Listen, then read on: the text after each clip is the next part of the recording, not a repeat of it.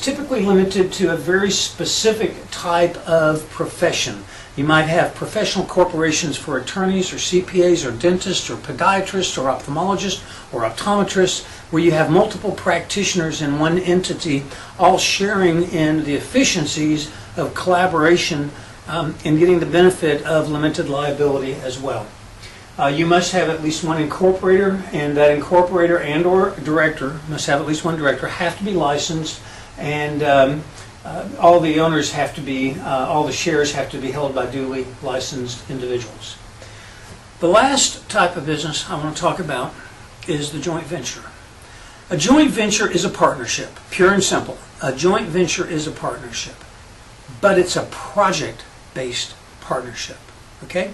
So, from a liability perspective, there's no protection of liability. The joint venture partners are liable for debts and obligations that occur in the joint venture.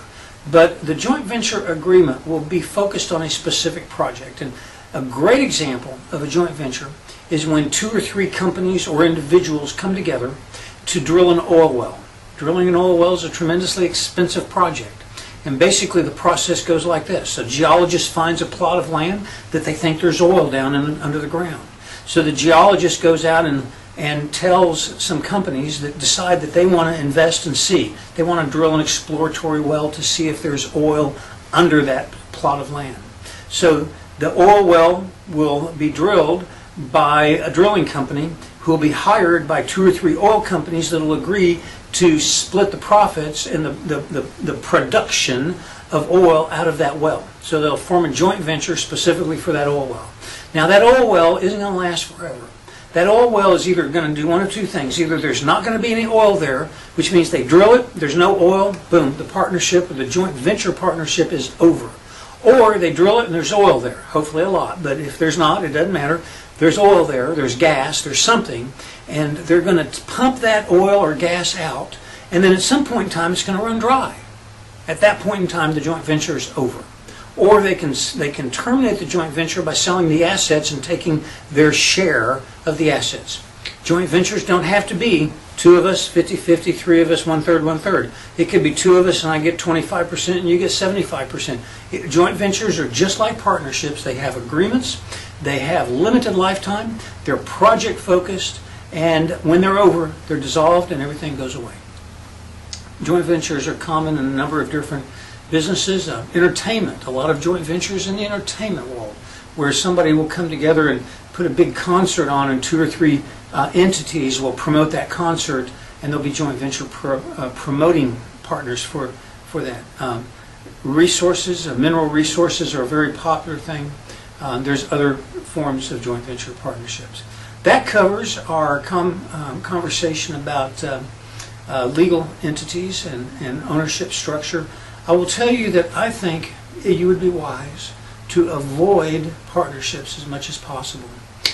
In fact, I would go so far as to say that you should take the concept and the word partnership out of your business vocabulary.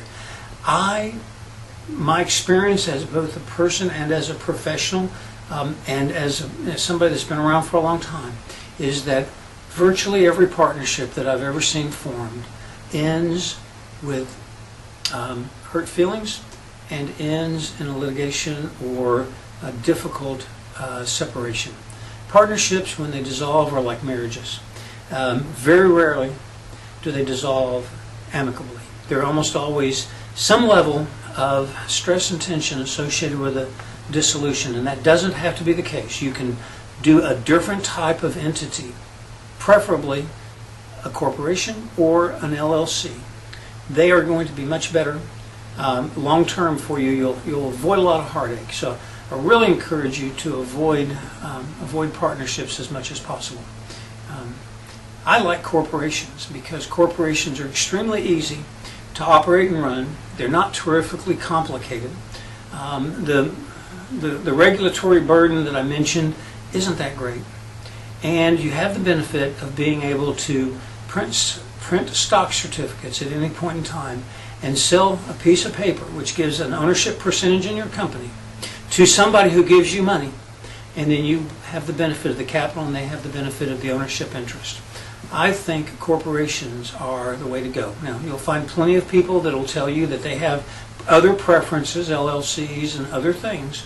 And that's, to some degree personal preference and personal experience. But I think most people that are experienced will tell you to avoid partnerships to the greatest extent possible.